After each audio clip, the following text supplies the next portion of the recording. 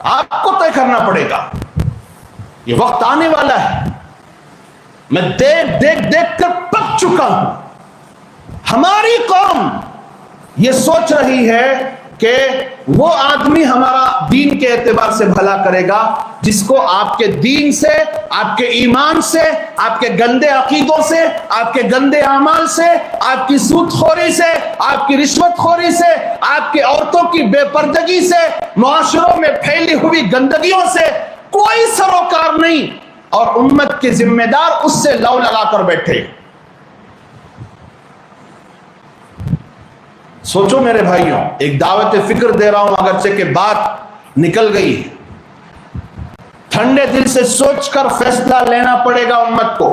یا تو آپ کو ان علماء کے ساتھ کھڑا ہونا پڑے گا جو آپ کے اپنے ہیں، آپ کے مقامی ہیں اور قوم کے لیے کچھ کرنا چاہتے ہیں، قوم کی ہدایت کے لیے کچھ کرنا چاہتے ہیں، قوم کی اصلاح کے لیے کچھ کرنا چاہتے ہیں.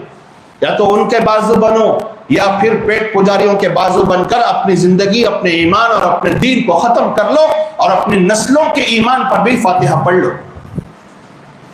کڑوی بات ہے، ہو سکتا ہے اس کے بعد مجھے لان تان کا نشانہ بنایا جائے، مجھے گالیاں دی جائیں اور مجھے ملامت کا ہدف بنایا جائے، اور ہو سکتا ہے کچھ لوگ احتجاج بھی کریں، کچھ لوگ میرے خلاف اسٹیٹمنٹ دیں، کچھ لوگ پروپیگنڈا کریں.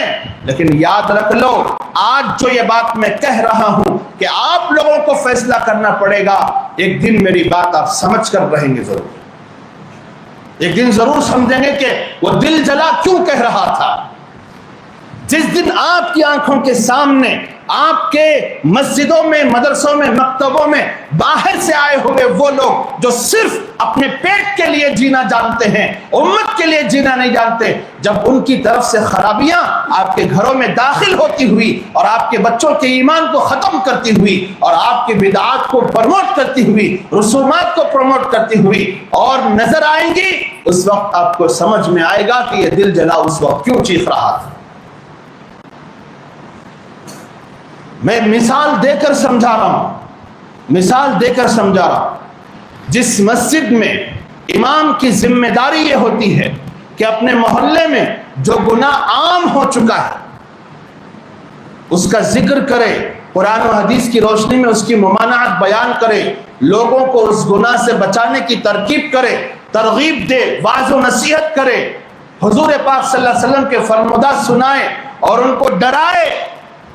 جس امام کی یہ ذمہ داری ہو، اگر امام یہ کہہ کر پتلی گلی پکڑ لے کہ بھائی لوگ ناراض ہو جائیں گے، لوگ کیا ہو جائیں گے؟ ناراض ہو جائیں گے.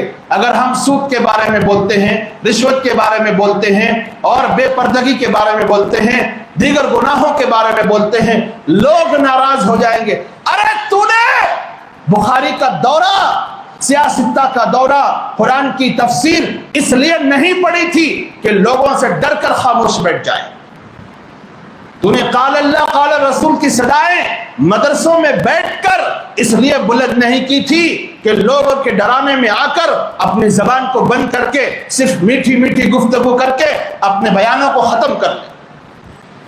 امت نے تجھے ایک ذمہ داری دی تھی، امت نے مدرسے میں اپنا مال لگایا تھا، امت نے اپنے خون پسینے کی کمائی مدرسوں کو دے کر علماء تیار کرنے کو کہا تھا، اور جگرے والے علماء، بولنے والے علماء، حق کے ساتھ کھڑے ہونے والے علماء، حق بولنے والے علماء، حق پھیلانے والے علماء کو پیدا کرنے کے لیے یہ امت مدرسوں کو چندہ دیتی ہے، یہ امت مکتبوں کو چندہ دیتی ہے.